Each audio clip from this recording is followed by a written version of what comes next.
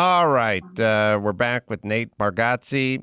Nate is a stand-up, as you guys know, and has his Netflix special out. Came out today as we tape this, and I watched it this morning. A very dedicated fan. Nate, the stand-up special is called "The Greatest Average American." Good to talk to you, Nate. Hey, good to talk to you, man. Thank you, man. I appreciate it. So I was trying to watch it last night, but it just kept showing the promo, and then I went and looked it up, and it said it's not coming out until the 17th, and then I got up this morning and I watched it. Dude, that's early. It comes out, yeah, Netflix always does it like it's midnight Pacific, 3 a.m. Eastern or something like that, whatever their formula, their system. It's all algorithm, dude. It's all algorithms now. Well, it's a really funny special, and Nate's definitely, I don't want to say coming into your own, but you came into your own. Just a very satisfying stand-up special. Nate's style is like very relaxed. It's very conversational, and you can tell the premises are true because there's no other way you would come up with all those premises. Yeah. Yeah. There's not. Yeah. It's just telling stories. I remember something Colin Quinn said it a long time ago. I was in New York. I started in New York like 2004 when I was in New York. And I remember Colin Quinn talking about something about like, he was like, if I could go back and do it again, he's like, I would just write down everything from my life and like stories to kind of keep it to stories. Because when you tell stories, it's your act is less likely to get stolen. It's less like, you are always going to be original in the fact that you're like, this is just, yeah, dude, this happened to me. Like, I don't know what to tell you. Like, I'm not making this thing up. You just are talking about your life. And, I'm married, I have a kid. Like, I talk about those things. My dad's a magician. You hope no one's going to steal something like that. Or maybe it's very obvious if some guy just comes out and you're like, sounds familiar. Well, there was a story, and you also think, as a comedian myself, I think, oh, I'm such an idiot for not collecting all these dumb stories, because you tell the story about telling your partner who opened for you on the road that you never heard of Nancy Kerrigan or Tanya Harding, and he was like, his head was exploding, and you were then exacerbating it by explaining no one's heard of either of these two. And it's so obviously something that had to have happened because there's no other way to sit down and come up with that premise. Yeah, so we did it on the drive-in dates, and what we do at the end of the credits is I show you. We have the video of me doing it to him, and so you see that it's like, I'll show you where this joke came about, exactly when it happened. And every town we went into, I had to get off the bus first and tell everybody, hey, if he brings up Tanya Harding or Nancy Kerrigan, you got to say, I don't know, you've never heard of them. And I was like, every city was just like, people didn't even know it's such a weird thing to come out. And the first thing you say to them was like, yo, if Tanya Harding gets brought up, you've never heard of them. So just go with it. And Nick was, I don't know if you've met Nick in LA. He lives in LA, Nick Novicki, very funny comedian I started with. He's a little person.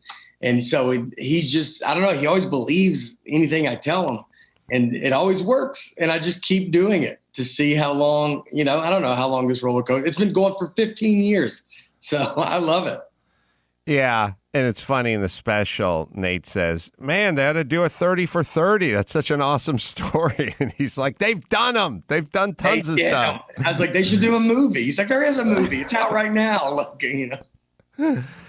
Yeah. But so to do what you do, to do the kind of stand-up you do, takes a real comfort level that you probably didn't have from Jump Street. Like, it's hard to do that kind of stuff, open micing or opening or, young, early in the career. You think, I got to load up some jokes and I got to spit out some jokes, because what you do takes a security, for lack of a better term. Yeah, I mean, it's definitely, I wouldn't even probably be comfortable to do some of those jokes at an open mic now. Like, I mean, those, like if you go do, you go do like some weird show and you can bomb because it's such a different thing that when you start headlining, it's, I don't know, it's longer, you need more time. It's like doing a late night set now is harder than it was 10 years ago when I was in New York, where you're doing a show in front of a crowd that, I mean, doesn't know who you are and probably doesn't want to be in the room. I mean, that's who you're performing in front of in New York, because we'd have to bark them all into the show. And these people are getting tricked into coming into this comedy show. So you got to be like very rapid fire and just be like, bah, bah, bah, like kind of hit them with jokes. They're not going to give you time. They're not going to sit there and be like, yeah, take as long as you want. I'd love to see how it goes. So you definitely build up to that point now. And as you know, it's like when you go out on the road, it's hard. It's just different. It's just a different thing. I like writing on the road. I like writing in hour sets. That's where I write the best, is when you're doing a long set, because you can try stuff a lot easier in an hour set. You don't feel as rushed, like you said, versus we're doing 10 minutes at Hollywood Improv. Right. And you got to kind of go, there's 8 comics on the show and you got to kind of just hit them real fast and get out. It's harder for me to write like that way. Well, your dad is a world-class musician. I don't know if he is or was. He is. So you don't come from a place that cranks out a lot of comedians, and it doesn't seem to be your, in your background per se, but your dad was a performer. Mm-hmm. And so you had to at least get the message that you could make your living performing early. Yeah, he's very funny. He's always done comedy in his magic. And so I did have that. Like it was always about being funny with him. And he's very good at magic though. He's very good at sleight of hand. He's currently right now the president of the International Brotherhood of Magicians, the IBM. And I think their big claim to fame is they didn't let Houdini in their group or something. There's something like that. It's like Houdini he couldn't get in.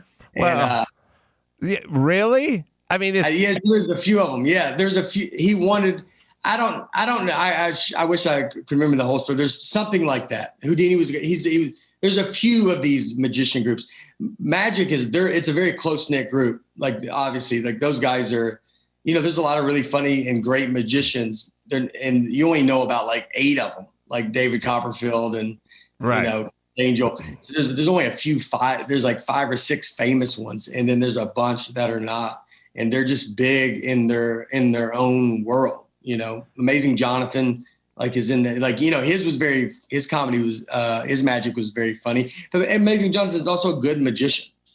Was your dad touring? Was he on the road? Was he playing gigs a lot when you were young? He did. He would go out. They would do a lot of they almost like kind of festivals, but they would do conventions, magic conventions.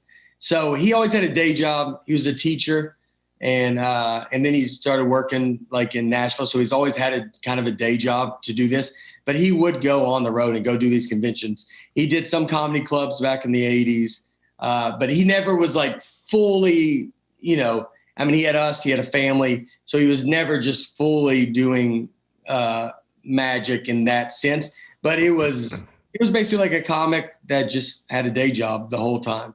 He did it. We were always around it.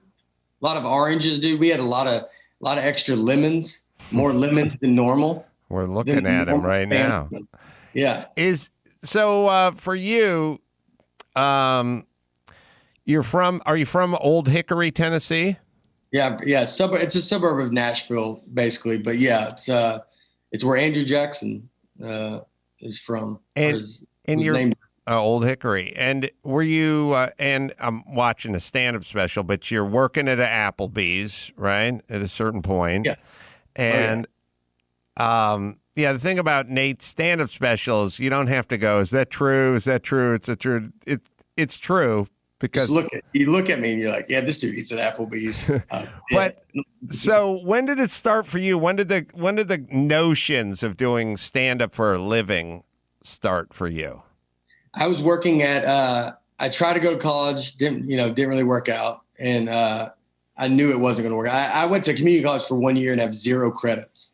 And I did it as a joke, but my loan was like $40. I paid cash and just gave it straight to the teacher. And that wasn't going to work out. And then I was reading water meters, doing like a, whatever job. I'd worked for the county, Wilson County. And I wanted to do comedy. It was kind of I thought about it. I've always joked about doing it. My senior year in high school, I wrote where I want to be in 10 years was to perform at Zany's, our local club in Nashville. And so like, you know, I was like, but I wrote that down as a joke. You know, it's like, I didn't really know what to do. And then I had a buddy that wanted to move to Chicago to go to Second City and do improv. And I just was, you know, 22 years old. And I was like, I'll go. Like, I knew I could go back. Every job I've had, I knew I could go back to, you know what I mean? Like every job, it's all like manual labor jobs. I was moving people. I just knew like these jobs that aren't going anywhere. They're not going to be any different. If I go back in 20 years, it's still just picking a box up with your legs. So I knew I could do that stuff. So I thought, you know what, I'm going to go. And I had a friend. And so we went and moved to Chicago first. And I was in Chicago when Kumail Nanjiani was there, TJ Miller, Hannibal Buress, Pete Holmes. It was like a pretty fun group that was all kind of starting out. And then from there, I went to New York, and I was in New York for almost 9 years. New York is where I really then became very, very obsessed and was starting to really see comics. I mean, you start seeing Bill Burr, Burr was probably a 10-year comic. I went to his HBO one night stand taping at Boston Comedy Club. Did you ever go see Boston Comedy Club in New York? No, let's see. I've done Caroline's a bunch.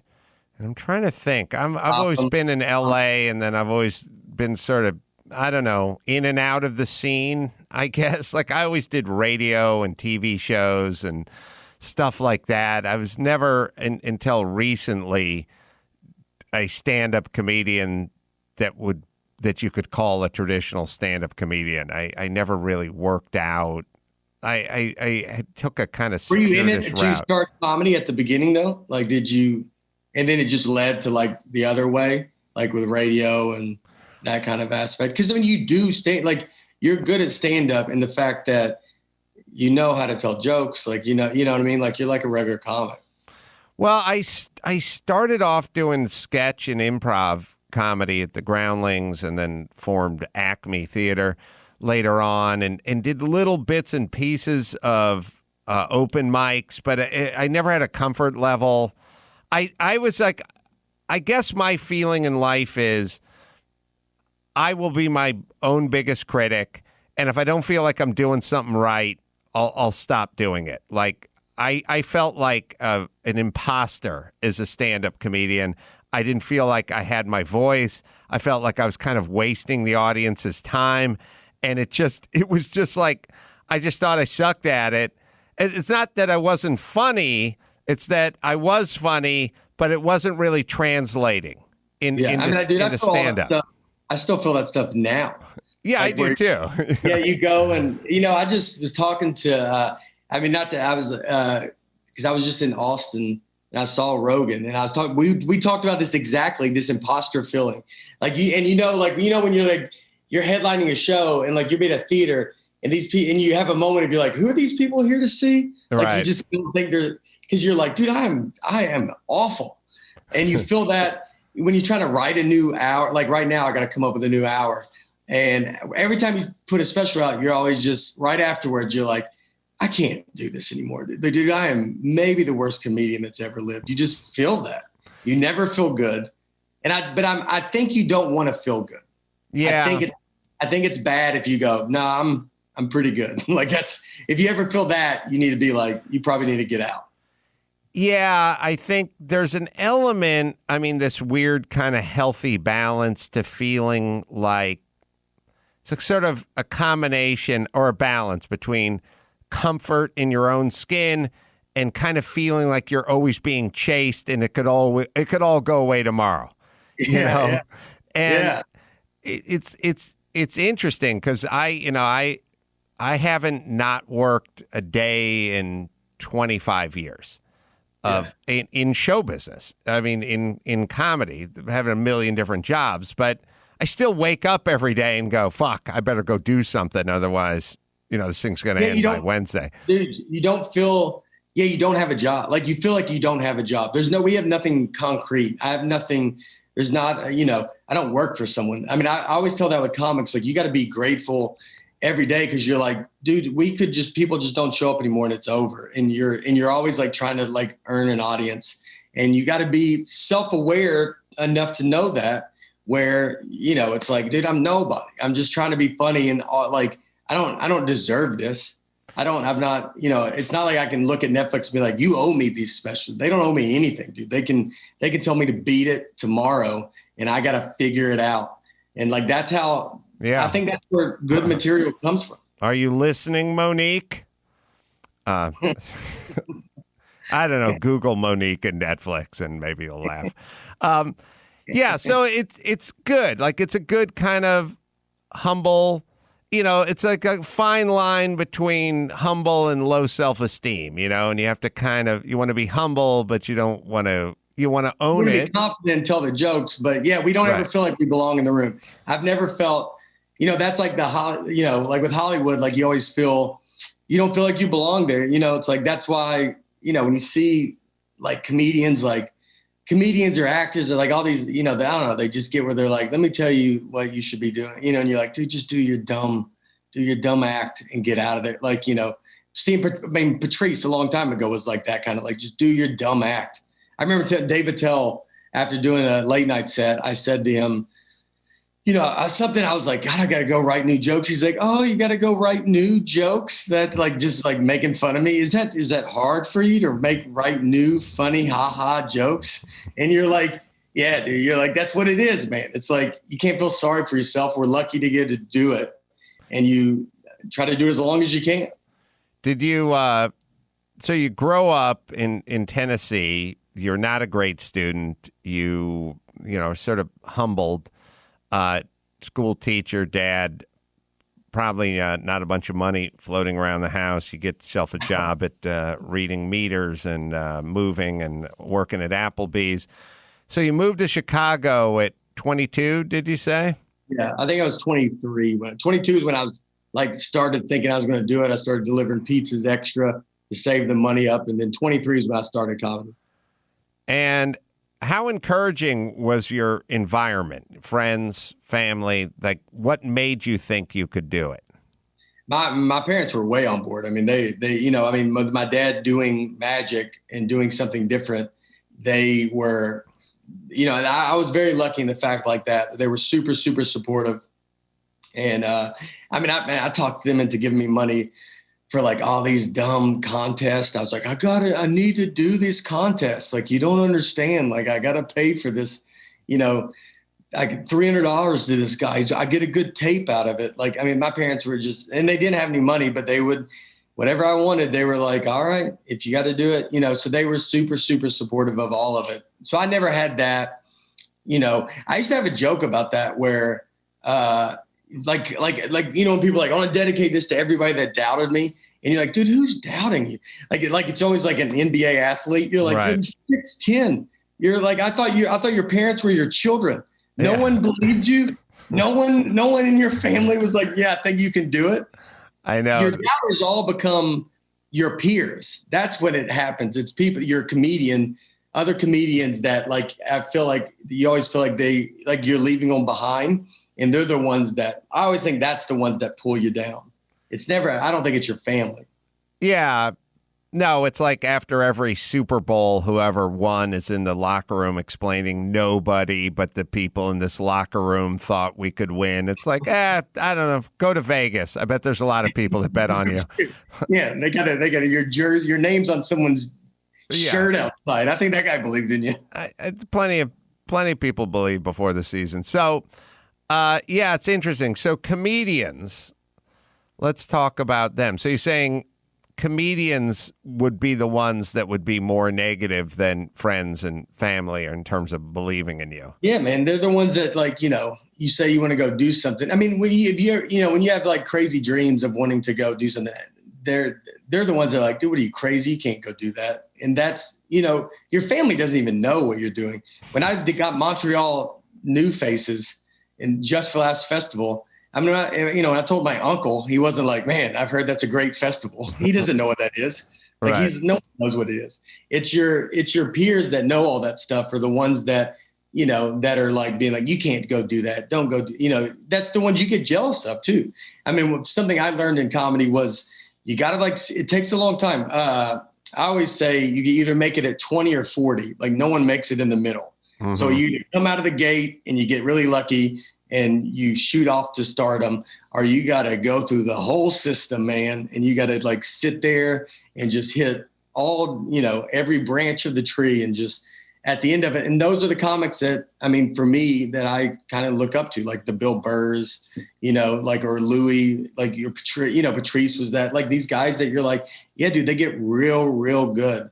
And they're, Yeah, there is. I mean, the thing that's nice about it is, unlike professional sports or working at Applebee's, you can really think about getting better, tomorrow than you were yesterday at what you do, and not a lot of jobs offer that sort of challenge. At least, like you can really go.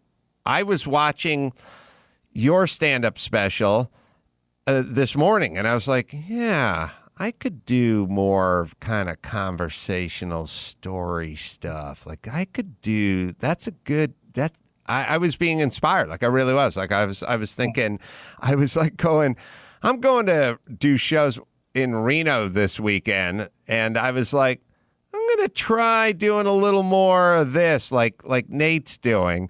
I'm just going to rip off the whole Applebee's thing and the whole Tanya Harding thing, if you don't mind. Yeah, I appreciate it. What's the little guy's name again? I don't want to fuck it up. Okay, good. I'll use Brad Williams. I don't want to. I don't want people to think I'm stealing your shit.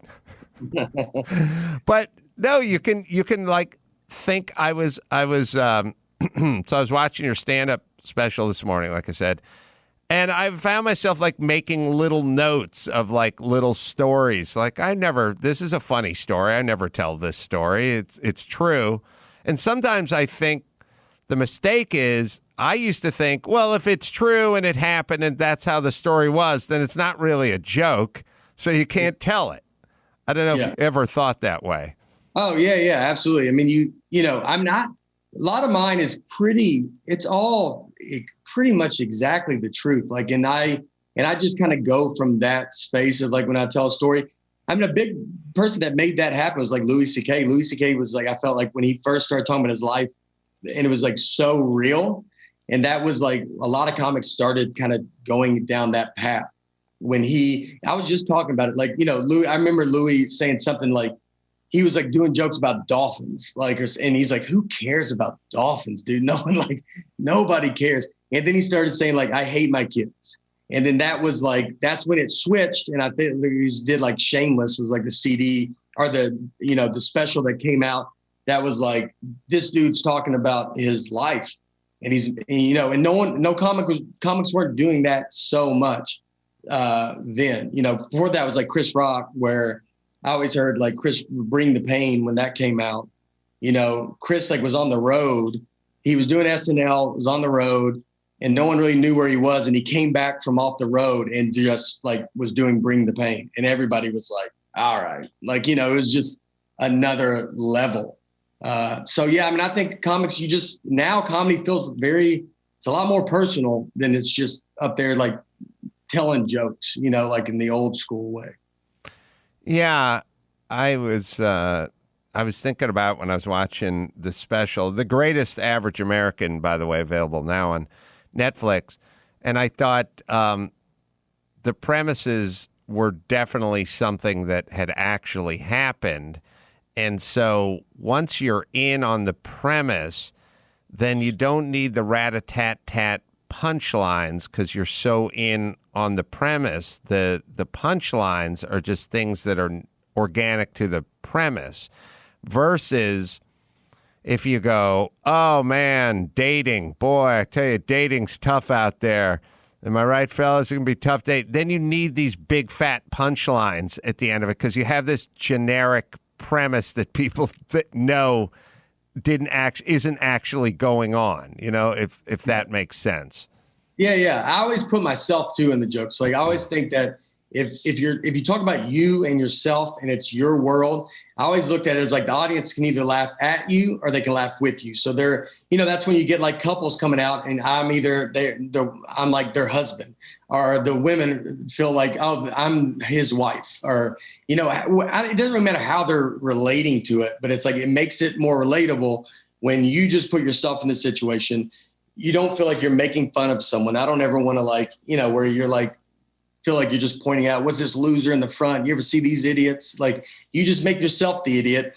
And then you can get away with a lot more stuff and talk about more stuff because you're the dumb one. And so no one feels like you're pointing them out, and it makes it feel a lot more personal, and the story feels more personal. So do you have a big picture plan? Are you thinking about features or TV shows or, sitcoms or do you want to obviously you're going to keep doing stand-up, but do you have like an overarching plan, or did you ever? Yeah, I want to be a stand-up. And I always, for goals for me, when I first started, I always just try to have attainable goals. So like it was very close goals. Like when I used to hand out flyers, standing on the porch, I was barking, and you would be like, hey, we got a great comedy show, trying to get people in. Like my goal was just not to be on that corner. I was like, how do I get off this corner? And it's like, so it's always like little goals. For now where I'm at in my career, I'll always keep doing stand-up. I've done the TV thing. I've sold a bunch of shows. I've shot a pilot. They don't ever go. I realize how much of that is out of my hands. I have no control over what's happening. So the way I look at that kind of stuff and with movies is I will keep doing stand-up. If stand-up brings that stuff to me where I get to do it, then I would obviously love to do those things. But stand-up is the only reason I'm even talking to you today. And that's like, so I don't ever want to steer from that. And I want to always, I want to die being a stand-up comedian and being known as a stand-up comedian. Yeah. Well, the thing about trying to do a pilot in the networks and the system, and I've been all down that road a bunch of times. You're right. There's so much that's out of your control. Some of the stuff is just, weird. Like I did a pilot for CBS, and it came down to my pilot and one with Jenna Elfman. And it was like, Les Moonves likes hot blondes, so he went with the Jenna Elfman thing. Evidently, he does like hot blondes, we found out. But it's like, it's just one dude, 70-year-old dude sitting in an office, has a boner for Jenna Elfman, and her pilot's going on. I mean, she gets a series. It lasts one season, and it's done. But the whims, and the whatever, and then so many executives and so many opinions, and it is the antithesis of stand-up.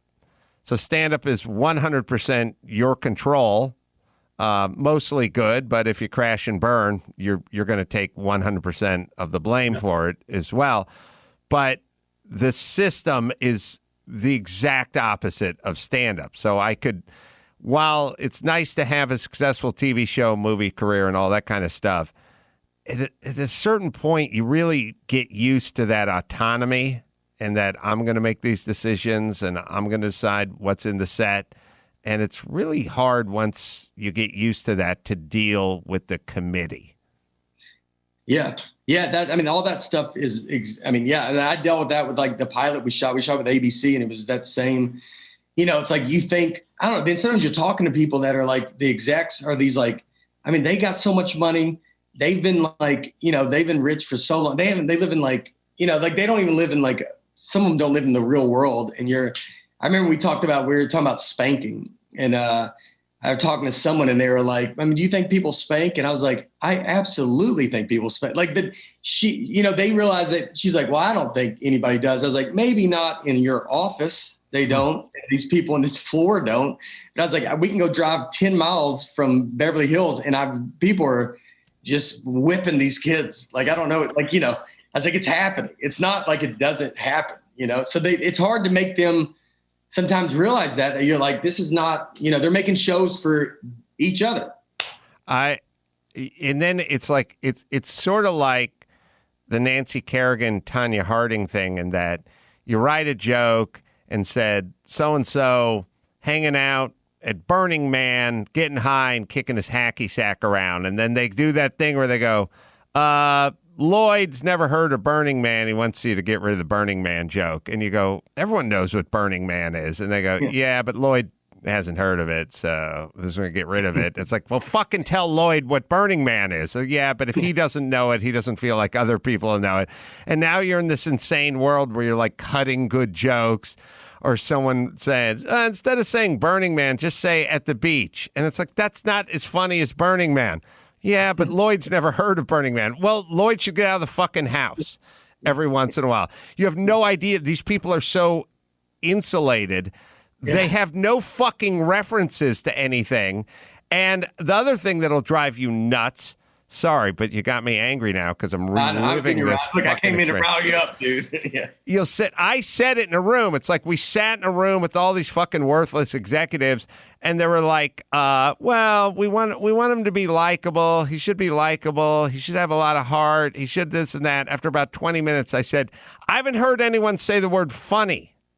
Don't we want it to be funny? It's called a sitcom. It's got the word comedy in it. Yeah. How come we're talking about likability? It's nonstop likable talk. How about some fucking funny talk? That's. I mean, look at all the old show. I mean, why is Friends and Seinfeld and King of Queens and everybody was raving? Why are those shows still being just watched more than most new shows that go on? Because those shows work. That's when they did it. That's what they, the multicam idea. Like we were trying to do this as a multicam, which is, like an Everybody Loves Raymond type show. And it was like we're trying to get the people to buy it that don't watch multicam. And so then they tell us, well, we want multicam. And I'm like, you don't watch it, and your friends don't watch multicam. Y'all watch Successions or whatever show that you watch, and that's what you want. And then when you watch this multicam, you're like, I don't like this. And you're like, exactly, because you're not watching it, and you don't, you're not in the real world it's not funny to you. Yeah, I guess what it is it's a bunch of people who they don't play the sport and they don't support it. You're right. These people would never watch a multicam Tim Allen, sitcom. They would never watch that. They're watching single cam stuff. They're watching all the stuff on, Netflix or Hulu or whatever. And yet they're trying to kind of get in the mind of like what they think of as sort of the little people. Like what do dumb people think is funny? And now there's a serious disconnect there. And if you think about all the great shows and all the great shows you've enjoyed and there's just the great art you've enjoyed. It's always like one guy with a vision and he got left alone. And the problem is the committee. And I don't think you could do a song by committee. I don't think you could do a painting by committee. And it's hard to do comedy by committee. And you enter the committee when you enter that realm. I mean, I could remember executives sitting around in 15 meetings, 5 people never said a word the entire, like, I don't even know what you 8 people are doing here other than agreeing with your boss. Did you have that experience?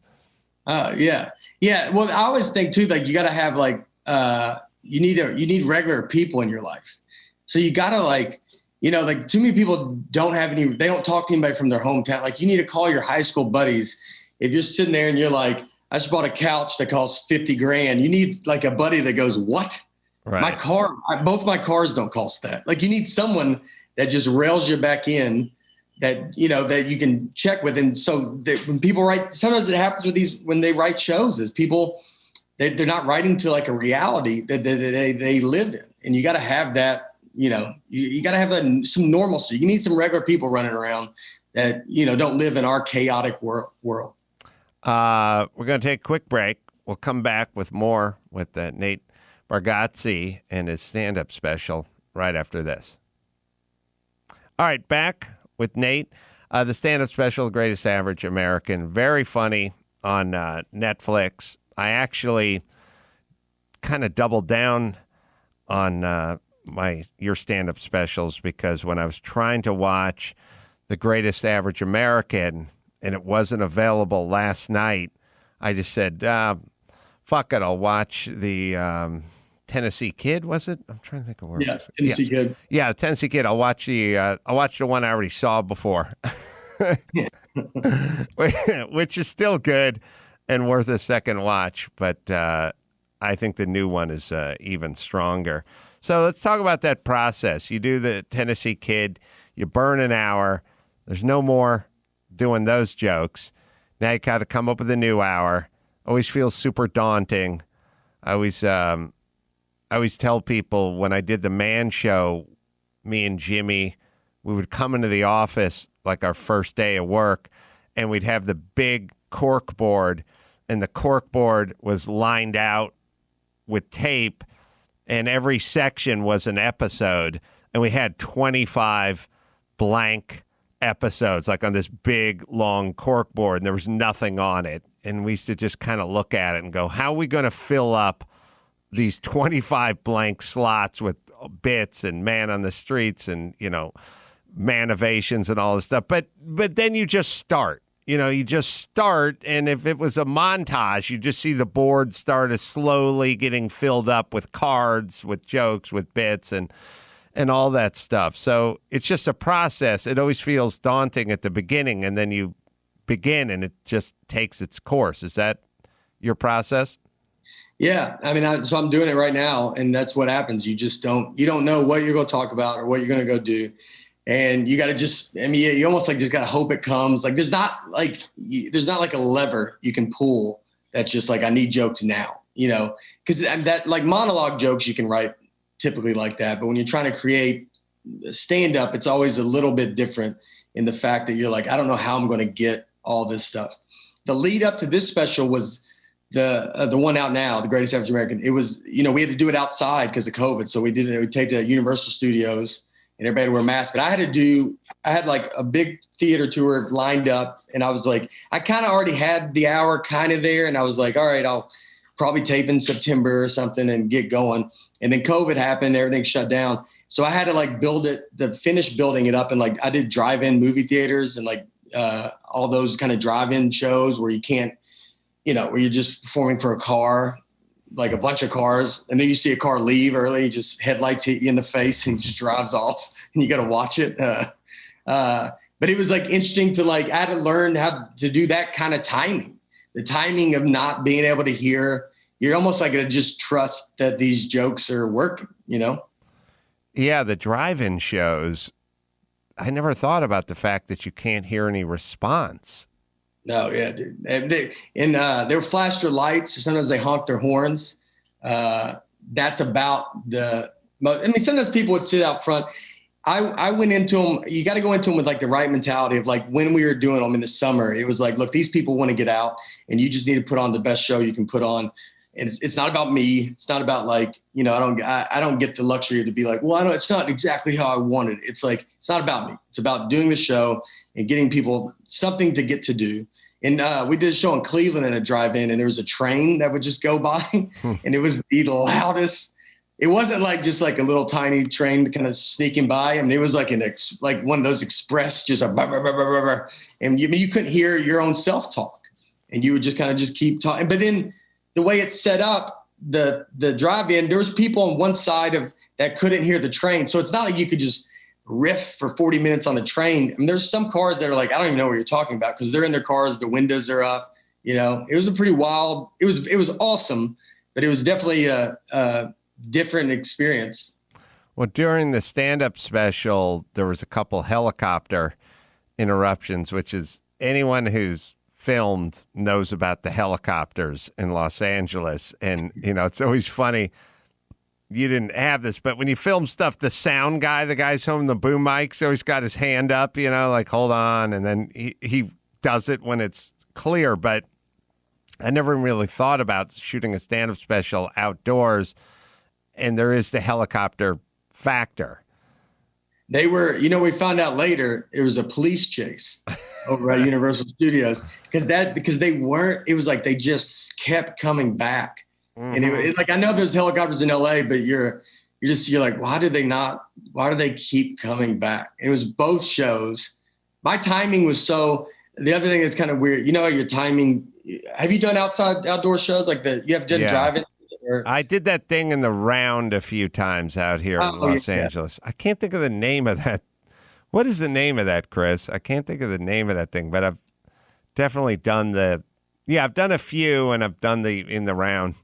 thing out here in Hollywood that everyone's doing. That's good, right? I think I've seen pictures of that. That looks like a pretty good setup. It's cool. Yeah, it's weird. It's weird playing in the round with 200 people. You know, you feel like it should be like a big theater or something like that, but kind of works. It's kind of nice. Yeah. Yeah, it's like you got to get used to, that's what like with this special was like getting used to, you take 2 shows at a special. Oh, the first show. So the audience has masks. I can't really hear them laugh. And you can't see their faces, which I learned was pretty big because you're just looking at like dead eyes look at you and you're like, dude, this might be awful. They are hating this. And I did, I was a 60-minute set. I did 43 minutes. And it was like, I flew through it because the timing was, I just was so off. And when I got off, when you just know, you're like, dude, I was like, that's got to be pretty short. When you tape a special, you take 2 shows. And usually they go after the first show, they're like, all right, we got it. We got a special. Have fun on the second show. Relax. Right. This one, they were like, yeah, we don't have it, dude. Like this second show better be it because you're way short on time. And so the second show I had to we put we had the tables had speakers or microphones in them. So I could hear the crowd a little bit more. We put that more up in my monitor so I could hear the laughs, to kind of get the timing back a little bit. And then the second show we were able to do to reach the hour that I was trying to do. Was most the special the second show? Most, yeah. Almost all of it. I mean, maybe a couple, basically all of it. I grabbed a couple little lines here and there that I liked that I said better in the first show, but basically all second show. Would you be up on stage and you could hear the helicopter almost feeling like you could hear it before the audience could hear it and it would fuck up your timing because like you go, oh, I have this other thought in my head in the middle of telling a joke? Yeah, I would try to say it before it got there. So I would, like I was in the, when you're like in the middle of a joke and you're like, I can't really, I can't get out of this joke right now and I need to get to the end of it. And so then so your timing could be like kind of sped up a little bit because I'm seeing it come forward. And then, so it'd be some of that. And then I see it make it the right turn and you're like, oh, I just sped up through that whole joke. And it's not, that thing's not even coming over here, And sometimes it was just a star that I thought was a helicopter. So I was way up. Nate, by the way, is going to be in Appleton, Wisconsin, Skyline Comedy Club, March 25th through the 28th. And I think I'm going to be there. Skyline Comedy Club, May 7th and 8th. I've never played there. I don't think. I haven't either. Oh, you haven't either? Great club. I haven't either, but it's one of the clubs that you always hear about. And I'm every comic always talks to. I just somehow missed it and didn't go when I was coming up doing these clubs.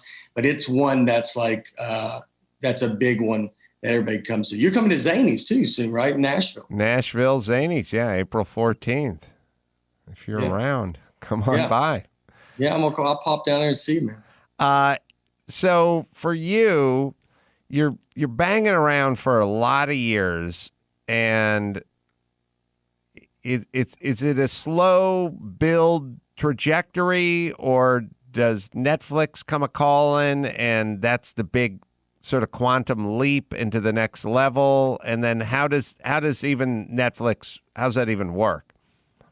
Yeah, the whole career has been very slow. There was never any, I got live at Gotham at Comedy Central and then did a Comedy Central Presents and did an hour with Comedy Central. And then, which my hour special on Comedy Central aired the same night of the Mayweather-Pacquiao fight. That was the night they chose. Wow. And I didn't even watch it. So, but it was always kind of just slow, you kind of gaining fans and a little bit here and there. And then I got asked to do the stand-ups, which is on Netflix. It's a half hour on season 1. And Robbie Prawl at Netflix, a lot of the Netflix people that booked the specials, I've actually, Joanne Grigioni, she worked at Comedy Central. She's been with me on every single thing I've ever done because she was at Comedy Central and now she's at Netflix. So it's been kind of cool to work with these people that have been kind of on everything I've done my whole career. But it was all just this kind of slow build. He asked me to do that half hour on stand-ups, which is we taped it aired in 2017. And I almost didn't want to do it because I just did an hour and I'm like, well, I don't want to go back to a half hour. But I did know that Netflix was starting to become a giant, Segura was He was like selling out theaters, and like he was starting to get huge from his specials on Netflix. So you knew that Netflix was this big leap. And I was doing the Tonight Show was another big one. Fallon was very, very great to me. And so doing that, but Netflix was the stand-ups. People started coming to the clubs, and then the Tennessee Kid was the one that where you started really hitting some theaters, and that's the biggest one. That was the biggest pop I've had in my career. Are you touring? Do you get in the bus? Do you tour that way? Yeah. We had a lot of buses here, so I just do. We did it last year. We leased a bus for the whole year last year, and COVID happened. We had it the whole. So but we even started doing it that way, because those theaters, you're doing like one night. You do like a run of 3 different cities that are all like 4 hours apart. You're in like Peoria, and then all these kind of towns that are just hard to fly in and out of. So we just do the bus, and the bus just comes. There's a lot of buses in Nashville, obviously, with music, and so we just hop on the bus and just kind of go from there. Nashville's awesome, by the way, and I was out there. Well, I've done Zanies before, but I was out there doing some stuff for Nissan. I think Nissan's in Tennessee now, but the thing, I'm from California, so we used to sit around and kind of go, well, I could never live in Nashville, or I could never live in Austin, or I could never, this is 20 years ago. It's like I could never live there. I could never live there. You start traveling around, you start realizing there's a lot of places you could live. Nashville's definitely one of them. We are exploding. Like Nashville, I mean, like I'm from here. And so most people are not even from here. None of my neighbors are from here. It's I'm kind of you're a rarity if you're from actual Nashville. We have people from California coming here, dude, that are, I mean, my neighbor sold his house. He didn't even put it on sale. He just has a pod in his driveway that he's loading, and he sold it for over ask without it ever. He's never even, didn't even say it. And it was someone from California. It was a family from California, and they paid cash for it. And they just like, and all he did was put a pod in his driveway. That's how much people are like buying houses here. Yeah, I can't figure out, is Nashville that great, or is California that big a piece of shit, or is it both sort of simultaneously? It could be both. I don't know. I mean, it's Nashville. Nashville's amazing, dude. I mean, obviously I'm from here, so like I love it. But it's a great place, man. I mean, our daughter's in public schools here, and our public schools are like, they're like private schools. They're just really, really good. And it's, I don't know, it's a good community. It's like, it's an awesome place to live. I mean, and it's just exploding so much, obviously I'm a huge Nashville fan, and it's got Martin's Barbecue, I think. That's the place. Yes.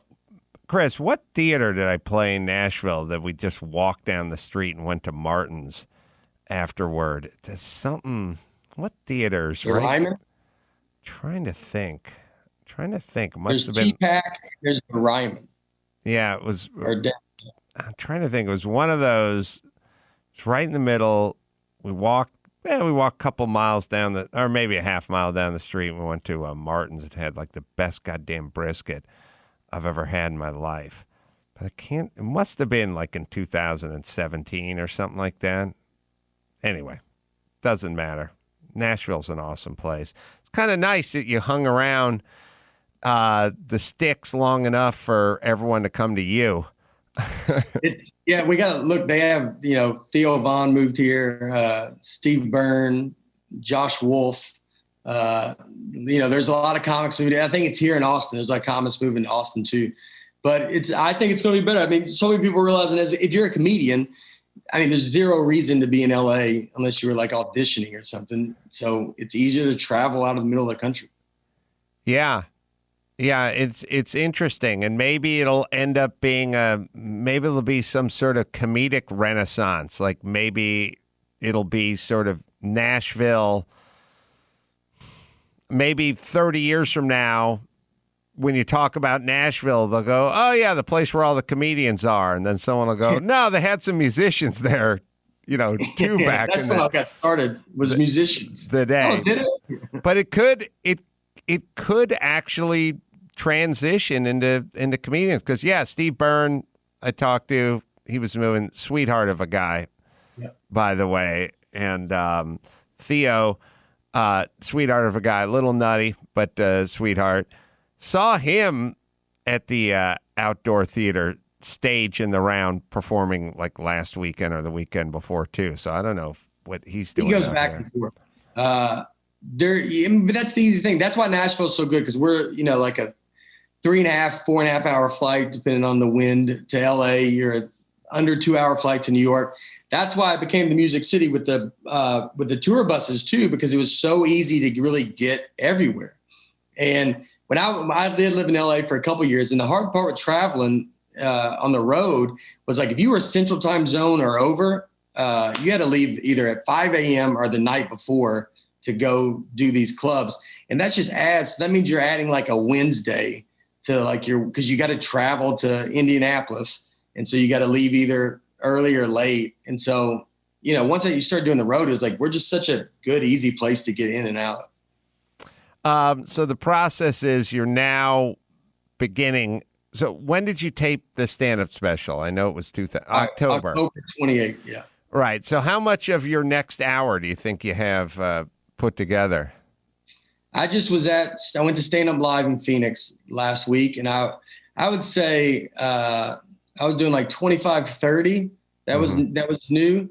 It's not all top notch, ready to go, but it was like, it's like something where you feel pretty good, and you're like, all right, we're at least got something. And then I have like 30 from the special that's out now. So I'm hoping to, hopefully if they open, my theater is I go to Reno and Las Vegas in July, and then my theater tour starts back up in August. So I'm doing a bunch of clubs leading up to it. So hopefully by August, I can at least be, 45, 50 new, and then maybe you're doing some like greatest hits to close or something like that. And once you get your new hour together, how long do you work it or hone it before you shoot the special?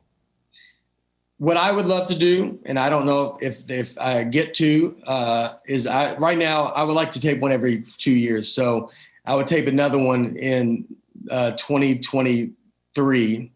In October 23 comes out, maybe next year. I don't know. Every 2 years, basically what I would like.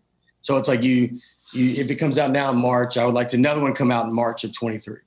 And so just basically try to, if I can, stay on that kind of path would be nice. I'm 41, about to be 42. So like, if I do that, then I'll have 6 of them. My 6th one will be when I'm 50. And that's what I would love. And how does the process work? I know it sounds like a dumb question, but I mean, it's so funny because I always just keep a little buck slip or notepad, and I always make a little, like, jot something down. I talked to Jay Leno once. I talked to Jay Leno a million times, but one of the times I spoke to him, he was like, nah, I didn't write anything down. And I was like, why not? And he's like, if it's funny, you'll remember it. And then I felt like an asshole because I'm like, I forget lots of funny shit I say all the time. And then I thought, well, maybe it's not that funny if I'm forgetting about it, according to Jay. But what's the process? Like, I know in your act, you have these great stories with your wife and your kids and like the way stuff goes down. Do you run off and grab your notepad at that point? I'll sometimes put it in my phone as like, if I just want to remember something. And I don't write it down as much. If I tend to write it down, sometimes it can be like, I don't like it if I write it down. I don't like to feel like I've tried to write where you write word for word, and it feels too scripted to me. That was something I remember Patrice and Burr talking about a long time ago. Just, they never did it because they wanted to sound conversational. And so if you wrote it and try to memorize it, it's not going to sound conversational. And if you just kind of basically remember the beats, when you tell a joke and you're like, I know what's funny in the joke, and you're changing, even the ands and the these and just the rhythm of the sentence a little bit, it makes it seem a little more conversational. So I tend to like, maybe I write the big funny thing down in my notes, or the main thing I'm trying to get to it. Then I just kind of think about it. Like, how can I present this? What can I add on to this, before I get to the main thing? That's the funniest part to it. And I do a lot of too, when I write, I can sometimes tell a story, and then I've got a couple jokes where I'll tell the story and then I'll retell the story from a different perspective of someone else in the story. And, it's like, just here, like I had an iced coffee with cream joke at Starbucks where I ordered up. And that's like me, it's like my perspective, then it's kind of his perspective. And then it's kind of the whole room's perspective. And you just tell it like that way, Well, it's, it's funny because Nate's a clean comedian, but doesn't really feel like a clean comedian. I don't even know if you consider yourself a clean comedian, because it's like, I am, you're clean, but you talk shit about your wife and kids and stuff like that. So it doesn't feel like you're a clean comedian. I just don't, you don't curse. I mean, your whole goal with being a clean comic is you just hope like no one notices. Like that's all. You don't notice. Yeah. Yeah. In a positive way. And it's a really funny stand-up special. And it's very,